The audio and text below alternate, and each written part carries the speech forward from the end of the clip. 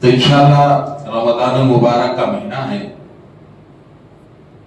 تو بات بڑی اہم ہوگی، بڑی خاص ہوگی اور ذہن میں اترنے والی ہوگی۔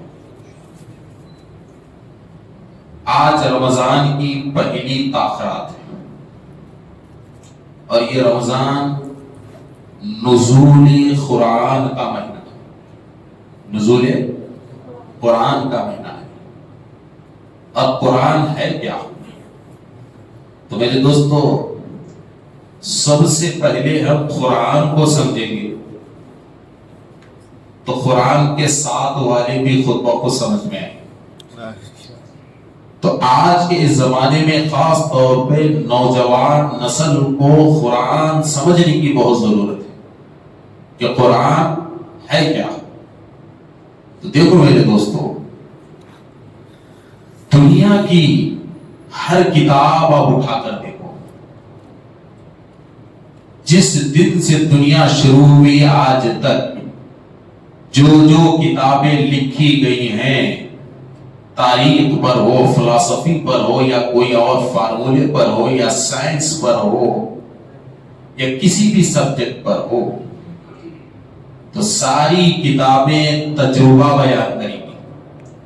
ہر کتاب تجربہ بیان کرے گی اور فارمولہ دے گی، اور ہر کتاب یہی کہے گی کہ یہ ہو گیا اور یہ ہوا تھا۔ یہی کہے گا نا کہ یہ ہو گیا اور یہ ہوا تھا۔ کتنے بھی بڑے سے بڑے سائنسداں یا کوئی بھی مشہور فلسفی کا یا تاریخ کا، ہسٹری کا کتنا بھی بڑا پروفیسر ہو، بڑے سے بڑے سائنسداں اور بڑے سے بڑے پروفیسر کی کتاب آپ پڑھو تاریخ پر، تو وہ اپنی کتاب میں یہی لکھے گا کہ 1857 میں ایسا ہوا تھا، 1950 میں ایسا ہوا تھا، 1720 میں یہ ہوا تھا، 1620 میں یہ ہوا تھا، 2022 میں یہ ہوا، 2023 میں یہ ہوا۔ اب اس کتاب لکھنے والے سے پوچھو کہ بھائی 2025 میں کیا ہوگا، وہ آپ نے نہیں لکھا۔ 2025 میں کیا ہوگا وہ نہیں لکھا۔ تو کتاب لکھنے والا کہے گا کہ دنیا کا قلم تجربے کے لیے اڑتا ہے، نہ کہ مستقبل کے لیے، اور دنیا پچھلی تاریخ سے تجربہ لے کر آنے والے زمانے کو بتلاتی ہے، اور کوئی کتاب آپ کو یہ نہیں بتلا سکتی کہ کیا ہونے والا ہے اور کیا ہوگا۔ یہ کوئی کتاب نہیں بتا سکتی، اور آج تک کسی کتاب نے کیا ہونے والا ہے نہیں بتایا اور کیا ہوگا یہ نہیں بتایا۔ صرف ہو گیا ہو گیا ہو گیا ہو گیا ہو گیا، اور اس حساب سے ایسا ہو سکتا ہے، یہی ہر کتاب نے بتایا۔ مگر مسلمانوں، اپنے مقدر پہ ناز کرو۔ اللہ تبارک و تعالیٰ نے قرآن کی شکل میں ہمیں ایک ایسی دوربین عطا فرمائی ہے کہ اگر اس قرآن کو کھول کر دیکھو تو کیا ہو گیا ملے گا، کیا ہو رہا ہے ملے گا، اور کیا ہونے والا ہے ملے گا۔ کیا ہونے والا ہے ملے گا۔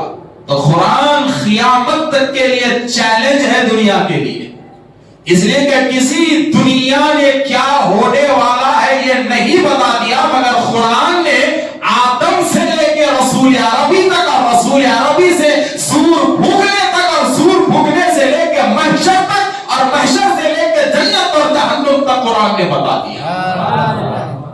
ساری کائنات کو قرآن نے بتا دیا۔ تو یہ قرآن ہے کیا؟ اللہ نے کہا ذالک الکتاب لا ریب فیہ، کہ اے بندے تو کیا لینا چاہتا ہے اس کتاب سے، لے۔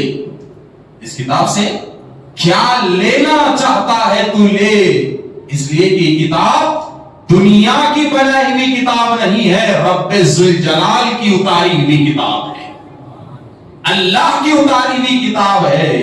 کیا لینا چاہتا ہے لے، لا ریب فیہ، اس میں شک کی کوئی گنجائش نہیں ہے، اس میں جو ہے وہ ہونا ہے، اور ہر حال میں اس میں کا لکھا ہو کے رہے گا، ہر حال میں ہو کے رہے گا۔ تو حضرات محترم، تھوڑا غور کرو، جناب تھوڑا غور کرو۔ کہ ہم نے ایک برانڈ خریدا، چاہے پانی ہو، چاہے کوئی کیمیکل ہو، چاہے کوئی مکس فروٹ ہو، تو اس میں ہم کیا دیکھتے ہیں کہ برانڈ کون سا ہے یہ دیکھتے ہیں، یہ دیکھتے ہیں نا۔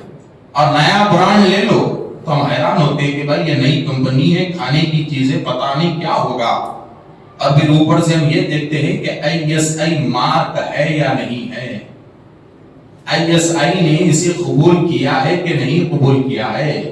اگر میڈیکل ہے، میڈیکل کا کوئی فارمولا ہے یا کوئی دوا ہے، تو اس میں ہم یہ دیکھتے ہیں کہ انڈین میڈیکل بورڈ نے اسے رجسٹرڈ کیا ہے کہ نہیں کیا ہے۔ اگر انڈین میڈیکل بورڈ نے اس کو رجسٹرڈ کیا ہے اور اپنا لائسنس نمبر دیا ہے، تو بڑی بے فکری سے ہم دوا کھاتے ہیں، اس لیے کہ یہ دوا ریسرچ ہو کر آئی ہے۔ اور ISI مارک اگر پانی کے باٹل پہ بھی دکھ گیا تو ہم بڑے بے فکری سے پیتے ہیں کہ یہ پانی ٹوٹل سیف ہے، ٹوٹل سیف ہے، اس لیے کہ ماہرین نے اسے جانچا ہے، اسے پرکھا ہے، اور بعد میں اس پہ اسٹامپ لگایا ہے، اور بڑی بے فکری سے ہم پی سکتے ہیں ان کے بھروسے پہ۔ تو یہاں اللہ دنیا کو بھروسہ دے رہا ہے کہ اے بندے یہ کلام میرا ہے اور میں ٹھپا لگاتا ہوں لا ریب فیہ، یہ قرآن میرا ہے اور اس پہ مہر میں لگاتا ہوں لا ریب فیہ، اس قرآن میں کسی قسم کی کوئی گنجائش نہیں ہے، ہر چیز تم قرآن سے لے سکتے ہو۔ تو میرے دوست، قرآن کو معمولی مت سمجھو، قرآن کو معمولی مت سمجھو۔ قرآن ہے کہ حقیقت میں آپ کو معلوم ہے؟ قرآن حقیقت میں ایک مومن کا، ایک مسلمان کا روحانی استاد ہے۔ قرآن ایک مسلمان کی روح کا امام ہے۔ قرآن ایک مسلمان کی خون کی گرمی ہے۔ قرآن ایک مسلمان کی دل کی تازگی ہے۔ قرآن ایک مسلمان کی دل کی مٹھاس ہے۔ قرآن ایک مسلمان کی نظر کی تیزی ہے۔ قرآن ایک مسلمان کے لیے اس کے بازو کی طاقت ہے۔